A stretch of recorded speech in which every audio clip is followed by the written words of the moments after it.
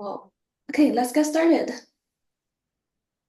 Thank you everyone for coming and welcome to Harvard W3D, Women in Defense, Diplomacy and Development for our signature Nobel Laureate Speaker Series. This program was initiated in early 2024 to connect our students and alumni with the greatest minds of our time. My name is Tianwang Liu. I'm the president of W3D.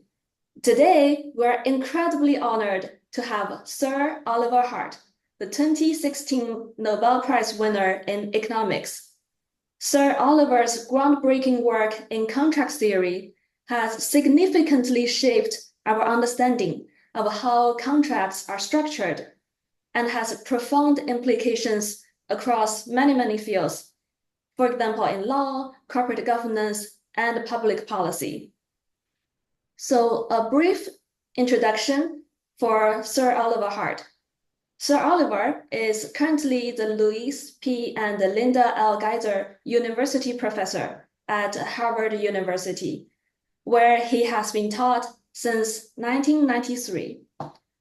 For those who are unfamiliar, this title of a university professor was created in 1935 to honor individuals whose pioneering work crosses the boundaries of multiple disciplines, allowing them to do research at any of Harvard's schools.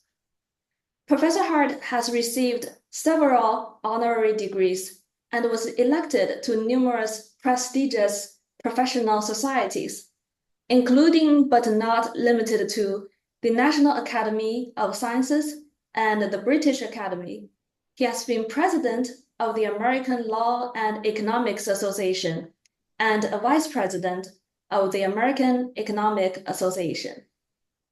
In 2016, Professor Hart received the Nobel Memorial Prize in Economics for contributions to contract theory.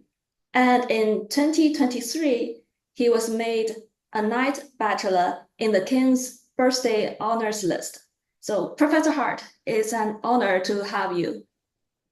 Well, thank you very much, Tianwang. It's a pleasure to be here. Thank you. So, to get started, Professor Hart, for those in the audience who are pretty new to contract theory, how would you explain its core principles in simple terms?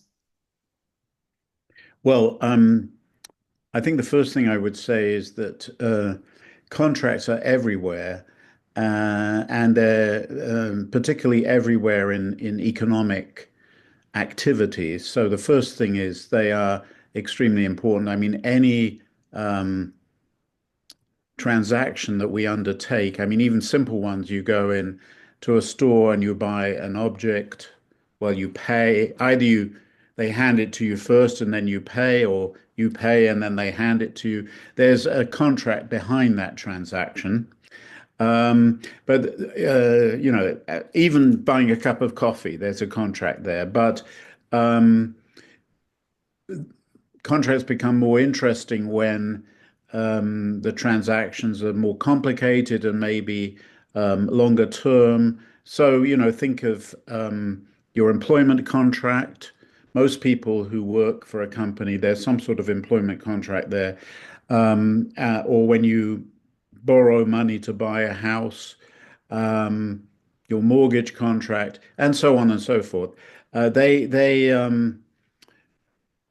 uphold economic transactions without contracts being enforced by courts. If you have a dispute, I think our economy would look very different and would be far less developed. Now, contract theory, the economics of contracts is about how to design contracts in such a way as to get good performance from both sides. So, in the case of a contract between a seller of a product and a customer, the idea is you want to make sure that the seller has an incentive to produce a high quality product. A product that doesn't go wrong. If it does go wrong, that the seller is under some obligation to fix it. That's why we have warranties and this kind of thing. And so I think essentially, um, uh, the economic analysis is how do we design contracts in such a way as to have the most productive relationship possible. Thank you, Professor. That sounds really important everywhere in our life. So, can you briefly walk us through the history of contract theory, such as origin and important innovations? Why it is such crucial field in economics? Yes. Well, first of all, when people hear about contracts, they tend to think, oh, isn't that something lawyers do? And they're a little surprised that economists are interested in it. But so I would say the history of contract theory, um, there are different strands of it. So one part of it goes under the name of moral hazard. So, and again, and this is something that's also known to people who work in insurance. So, moral hazard is about trying to make sure that people um, work hard, take care, and all the rest of it. So, in the case of insurance, um, when the insurance company insures somebody against some accident, they also want to make sure that the person with the insurance um, has an incentive to take adequate care to avoid the accident. So, or to take a perhaps a an example that might resonate more, think of how companies encourage their workers to work hard, to be productive, to innovate. The way they do that these days, they don't just, I mean, there are all sorts of ways to do it.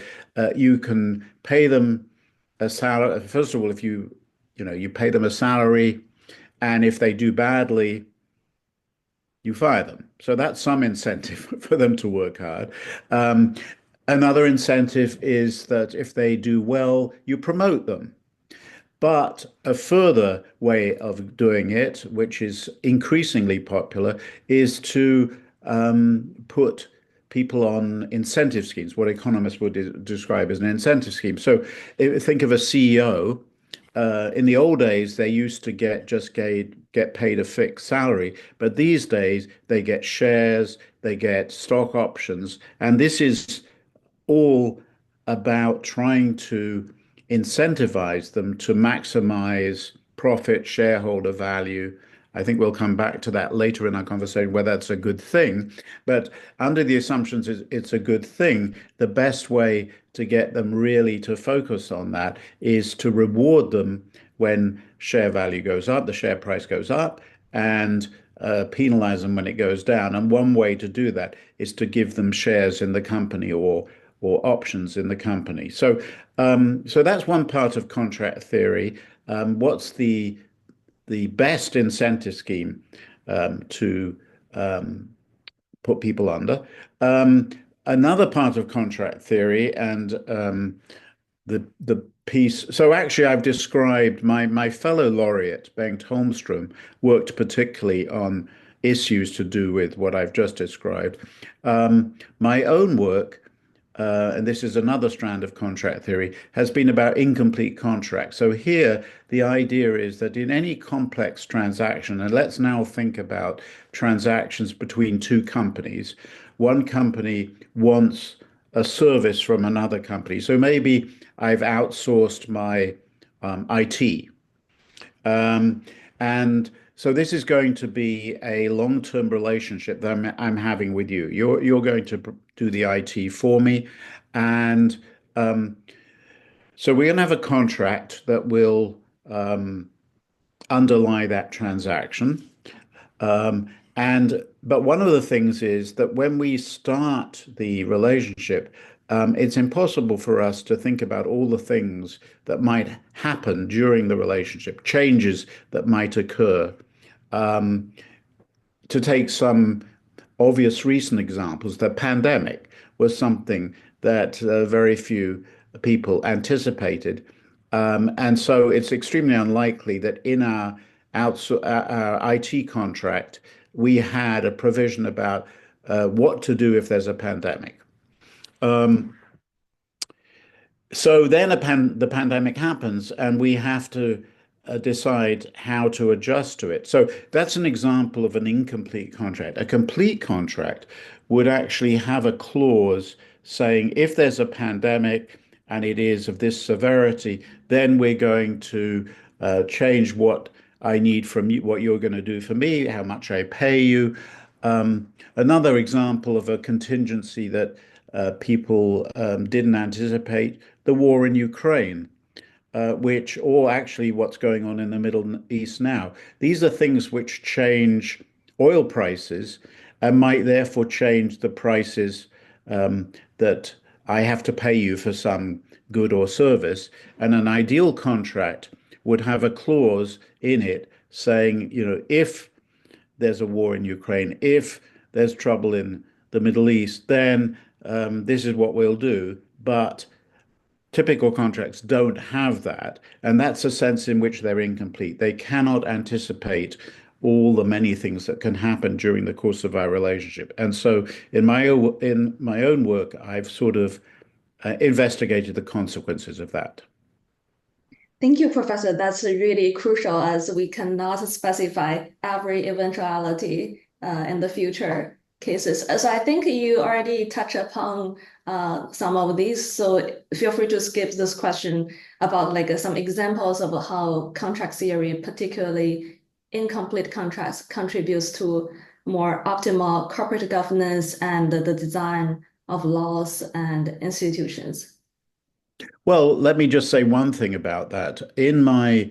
Um, in most of my work, but not in my most recent work, I focused on the idea that when a contract is incomplete, a key um, issue is who gets to decide on the things that the contract left out. And here I've stressed the idea of so the way I put it is with co-authors is who has residual rights of control. And I've sort of yes, I've spent a lot of time thinking about the optimal allocation of those residual rights of control. So just to give you an example, which might resonate with some people in the audience, um, maybe some of them are in venture capital. I don't know, either as on the venture capital side, financing startups, or maybe there are some entrepreneurs in the audience who have received finance from venture capitalists. So a very good example of contractual incompleteness arises in contracts between founders of companies and the venture capitalists who finance them. So if you look at those contracts, and some people have studied them very carefully, they have all sorts of provisions. So, I mean, basically the idea the venture capitalists are putting up money and the founders are taking the money and then doing something with it. And of course, the venture capitalists want their money back, and ideally, they want to make well, they know actually that in many of the deals they're going to make a loss, but in some deals they're going to make possibly a huge profit. And so anyway, they're very interested in the return on their investment. Um, and so they write quite complicated contracts with the entrepreneurs, with the founders, about exactly how the business is going to be structured, is going to be proceed, how things are going to proceed. But if you look at those contracts, you find they are incomplete, right? So they're elaborate, but they certainly don't cover everything. So what do the parties do to deal with the events that cannot be covered in the contract? The answer is they allocate these residual control or decision rights. And the way they do it is by, first of all, by allocating votes to the different parties, and second, by allocating board seats. So this turns out to be extremely important and is contested. How many board seats do the venture capitalists get, and how many board seats do the founders get, the founder and their team get. And the founder wants to have a lot of people on the board probably because it's worried that the venture capitalist might be too interested in the money side. Not that the founders don't want to be, rich as well, but they may have other goals about their enterprise. They might, for example, want to make a social impact. Imagine someone who's working on a new vaccine. We saw this with the pandemic that BioNTech was remarkably successful. Was able to produce together with Pfizer, the Pfizer vaccine, using the mRNA approach. And I happen to have spoken to the founder of BioNTech, or I was on a Zoom with him, and it seemed very clear that his goals were not only monetary.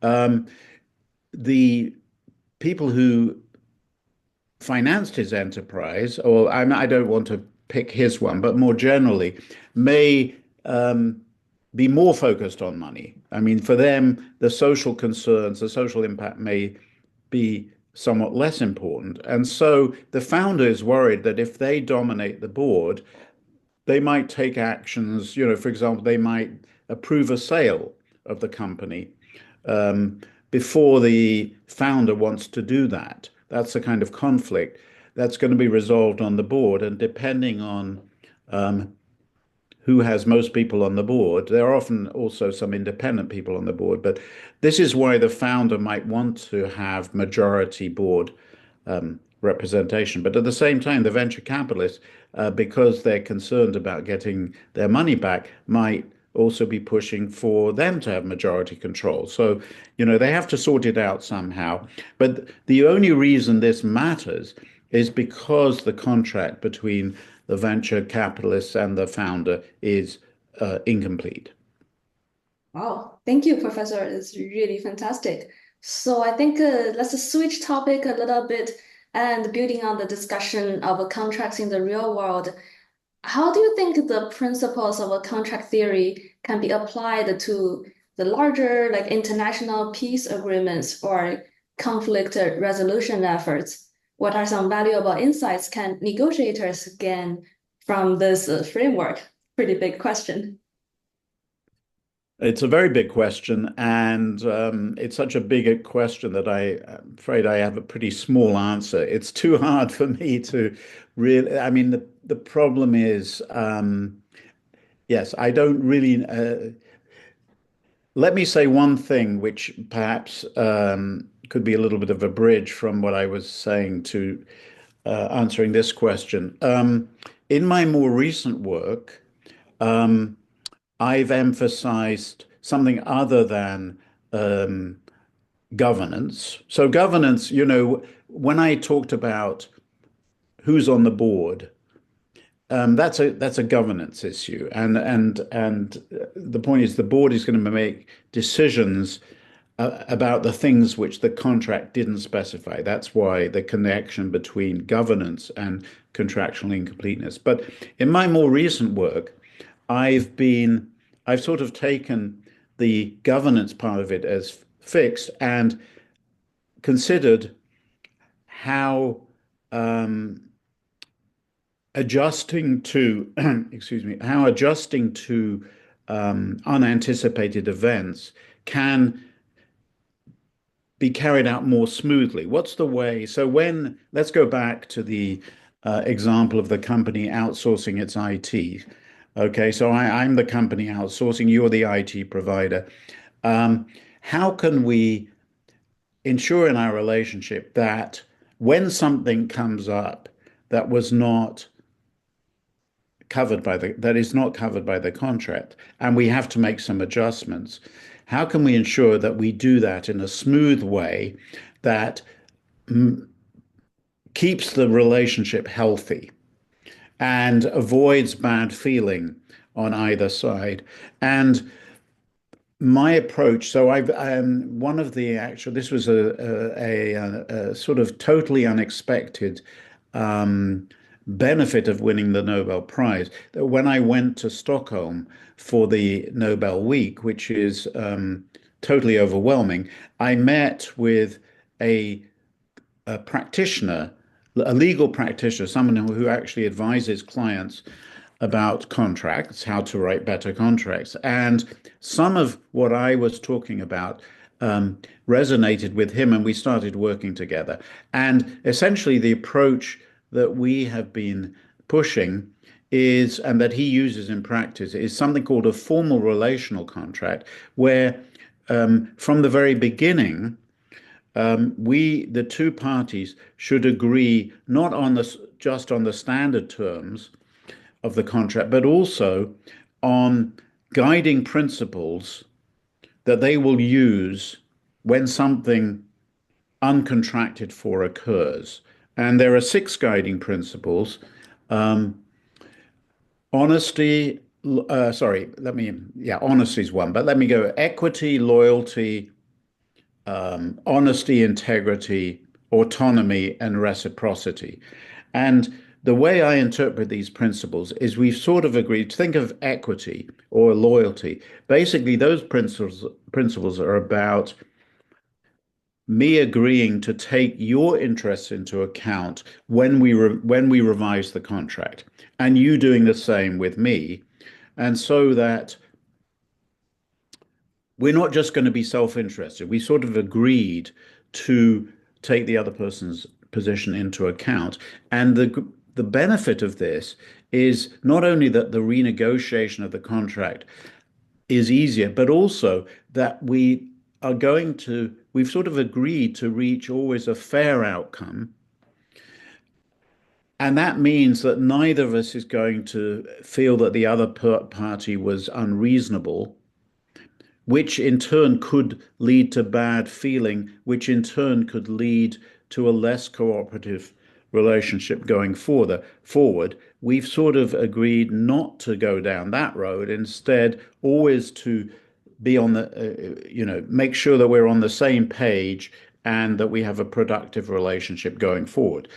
Okay, this to some people, when they hear this, they think, oh, this sounds like pie in the sky. It's fanciful. It could never work. In fact, it works in practice, as my co-author has found. And he was already doing it before he met me, but what I provided was some sort of foundation for what he was doing. He didn't really quite understand why it worked. And once he heard about some of my work, the penny dropped and he thought, yeah, now I understand. Anyway, this is a long, okay, now we come to peacekeeping. So the only way I think it might be relevant is the same idea that when two countries negotiate some agreement, they are going to have to recognize that adjustments will have to be made later because the world will change, or they should be made. And by agreeing on some guiding principles ahead of time, they could make sure that when those adjustments have to be made, they will be made in a better way. But I don't know whether it could work. We'd have to see whether it works in that context. It does work in the business context, but this is a different context, so I don't know. Thank you, Professor. Well, hopefully the same principle applies and we have a piece. So I think we want to leave about like 15 minutes in the end for the audience to ask a question. So I will go ahead and probably ask two more questions. The first one is, you mentioned your recent work, and I'm also thrilled to share that Professor Hart has a new book in the works. So could you please provide us with a brief introduction, for example, the central themes and Yeah. the inspiration? Yes, I have a new book that I'm writing together with Luigi Zingales, who is a finance professor at the University of Chicago. So this is on something different, although there is some relationship, but it's going to sound rather different. It's about shareholder democracy. It's about the idea, actually comes, I can come back to what I was saying earlier about incentivizing CEOs. I said that, they get shares and stock options. Why? Because this is meant to get them to maximize shareholder value, which many, many people think is the right thing for CEOs to be doing. But actually, Luigi and I, in the work we've done over the last 7 years or so, have argued no, it's not necessarily the right thing. We take the view that companies should act on behalf of their shareholders, but we argue that actually shareholders don't always want the company to make as much money as possible or to maximize its share price. Why? Because sometimes companies create a lot of harm in doing that. Just to give one example, because I know time is limited, but take Exxon. Exxon is a company that makes a lot of money, and that is good for Exxon shareholders. But in making lots of money, Exxon does things which I think are very questionable and maybe very bad for Exxon shareholders. For example, Exxon lobbies lawmakers um, about climate regulation. In fact, it lobbies them. It basically tries to convince them or persuade them not to implement um, regulations that might help with climate change and global warming. Exxon doesn't want those. For example, carbon taxes. Exxon doesn't like that idea, so it lobbies against that kind of thing. Exxon also, in the past, so the lobbying continues, and also campaign contributions to sympathetic politicians who think, the more oil, the better, and let's not worry about global warming. Exxon does that, and it also the other thing it has done in the past is to sponsor questionable science that minimizes the risks, the seriousness of climate change. So, okay, all these the activities I've just described could be great for Exxon's bottom line and could make Exxon shareholders wealthier, but at the same time, Exxon is helping possibly to destroy the planet, which is hardly going to be good for Exxon shareholders because they are human beings who live on this earth. And even if they're not so affected, their children and grandchildren will be affected.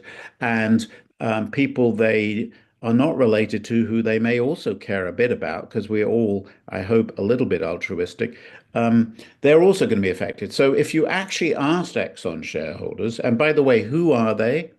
They are us, because anyone who has an index fund or invests in a 401k, again, through an index fund, probably using an index fund, those people, we all have a little piece of Exxon. So Exxon claims it's acting on our behalf in doing all these things, but I think, in fact, it may not be. It may not be. It may be hurting us rather than helping us. So, what? Okay, back to the book. The book is about, first of all, trying to. We want to make everybody aware of this, and we argue that having shareholders make their preferences known to companies and and and actually trying to push companies to take account of these preferences is important in the future. So the book sort of wants to make that the case for that, for more, again, back to shareholder democracy, companies, shareholders pushing companies to act on their behalf, and companies actually wanting to learn from shareholders their preferences so that they can act on their behalf. Thank you, Professor. That's very inspiring findings. So before we go to Q&A, can you quickly give some general career advice for our students and alumni? What kind of principles or strategies you think can contribute to their own success in the evolving global landscape? Gosh, that's a difficult one, Tian Wang. I mean, if they were going to be academics, let's say if they're going to be academic economists, that's the only thing I think I could have any comparative advantage in providing advice on. I would say, first of all, um, acquire some good math skills. I think if you want to be a professional economist, it's very important to be as comfortable with math as possible. And it's best to acquire these skills when you're young. Math and statistics and probability theory and all this kind of thing. And the second thing I would say is if you're, for example, going to do graduate work, which would be the next step before you become employed as an academic, I would say try to pick an interesting question to work on, not just something that everybody else is working on, but something that actually interests you. And throughout your career, I think it's important to do the things that you really care about, um, even if sometimes they're not the most popular things. That's been my experience. I think, I've been pretty stubborn about what I worked on. I worked on things that I found interesting, and I've often found that there weren't that many other people interested in those things, but I persevered, and it's worked out fairly well. Thank you, Professor. I guess sometimes you need to be a little stubborn to do fundamental science. Yeah, yeah. Yeah, well, excellent. So now we are open the floor for questions and we encourage everyone to participate actively. So just go ahead, either unmute yourself or raise hand, and we will unmute for your question. So as a reminder, this is the opportunity for engaging and insightful dialogue. So please, we appreciate your cooperation in maintaining a positive and respectful environment for all participants. Please go ahead and ask your questions. I mean, this is a formality. We say this every time. Well, I think, Sandra, I think you unmute yourself. Yes.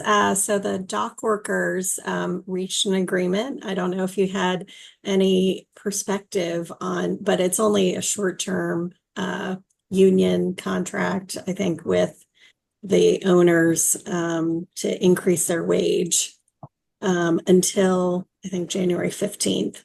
So any thoughts on how that process will go after the 15th? Not really. I mean, I've seen it. You'd have to tell me a bit more. I mean, I know from the news that this has been happening, but I can't say it's one of the stories I've followed that closely. Yeah. So I'm not in that business either, so I only have the information from the news. So the dock workers were asking for more than a 50% wage. I guess the owners agreed to, I think, a little more than 50%. They didn't say the exact number. And so it got resolved last night. So the dock workers didn't end up continuing their strike. They have delayed it until January 15th to allow both parties to negotiate until then. Well, I'm glad that they reached an agreement, even if it's temporary. I think I could only say, you know, the kind of guiding principles approach that I was mentioning seems to me it could be helpful in union firm contracts. Um, so that when the contract comes up for renewal, um, a less confrontational attitude exists between the parties. So I would recommend them in the future to have a look at this literature. I Thank think you. that's it on that topic. Yeah. Thank you for the question. I think we have another great question in the chat. Well, it's about the impacts of artificial intelligence. It's a rapid integration into various sectors. So if I understand correctly, Professor Hart, I think the question is about how do you see contract theory can evolve to address the unique challenges posed by AI agreements, such as issues of incomplete information, enforceability, and the delegation of decision making to an autonomous systems. Yes, well, this is I get this. Asked this question quite a lot, and I mean the effects of AI on contracts, and um, I don't have a great answer to the question, but here are some thoughts. I mean, one possibility, I've certainly heard some people argue that, you know what, this is going to make it easier to write more complete contracts because when we're sitting down at the beginning to negotiate our contract, for the next 10 years or something, if we're talking about an outsourcing agreement. Or actually, let me give you another example because I mean, I had this one example of IT. Another example would be the government um, contracting with some company to provide, let's say, to build and run a hospital. Um, that's the sort of thing that we see now being done, and um, that's a pretty complicated thing operation, and clearly it's long term, and um, the question it's going to be hard to write a contract which anticipates everything. But some people say, oh, well, AI can help here because um, with AI, you could, first of all, you could find out about all the other contracts that people have written in this area. So this would have been very difficult in the past. You would have to um, um, actually, even as I say it, even now, many of these contracts wouldn't be publicly available, but some of them might be, or um, disputes that have happened, or court cases that have occurred because people had disputes. In situations like this, AI could tell you about a lot of these things in a way that previously couldn't be done. And that might then alert you to the kind of problems you should be thinking about when you're writing your contract. And because you think about more things, you could put in more contingencies. So that's one possibility. I'm a little skeptical about that. Um, so I actually still take the view that even with modern, you know, all the amazing advances in technology that we see, that at the end of the day, we're talking about human beings who are dealing with each other, and they're never going to be able to anticipate everything. And in fact, it may be more efficient for them not to try to do that, but instead, as I say, to agree on how to resolve things that are not anticipated um, through these guiding principles I've talked about, which are designed to ensure that we are being essentially nice to each other throughout the relationship. So I still think that may be important regardless of technology. Thank you, Professor. It's really insightful. We have a couple questions. I think there's one about climate change. Uh, let's see. How do you use academic tools to convince people of the longer term advantage of clean energy? I think that's the summary I can see. Um, you know, As or people might. Not terribly. Yeah, I'm not sure I have a very any better answer than a lot of other people on this. How do you convince people of the benefits of clean energy? I mean, I think you have to convince them first that global warming's real, And I think most people think it is real, but maybe they want to postpone. Maybe they think, you know, if we wait a bit, some amazing new technology will become available that will take carbon out of the atmosphere. There are always people who are suggesting things like that those things might be possible. So I think the main thing is to convince people that it's probably not a good idea to hang around. We need to do something now. The favorite economist solution is carbon taxes, and I like that. But and by the way, if you had carbon taxes and then you had a wonderful new technology which would decarbonize the atmosphere, then the carbon taxes could go away. So there's no harm in doing things now. But to go back to what I was saying about shareholder democracy, if companies like Exxon are actually making this harder, then maybe the best way to get government action is to defang Exxon. And the way that could happen is through Exxon shareholders actually pressurizing Exxon to behave better, and to stop lobbying against useful regulation. Thank you, Professor. I think another question is pretty related to like carbon neutrality, but it's more from a country level government perspective. So what's your thoughts on some longer term strategies that middle income and resource rich countries could adopt to ensure a sustainable economic growth for themselves in the context of this transitioning global economy toward carbon neutrality? It's a climate change is of obviously a global problem, and I think the right solution is carbon taxes for everybody, but some redistribution from rich countries to poor countries to offset the burden of those taxes. That's what I think is the right solution, but it's very hard to achieve. Thank Not you. sure that's an answer, but it's probably my best answer. It's a complicated question.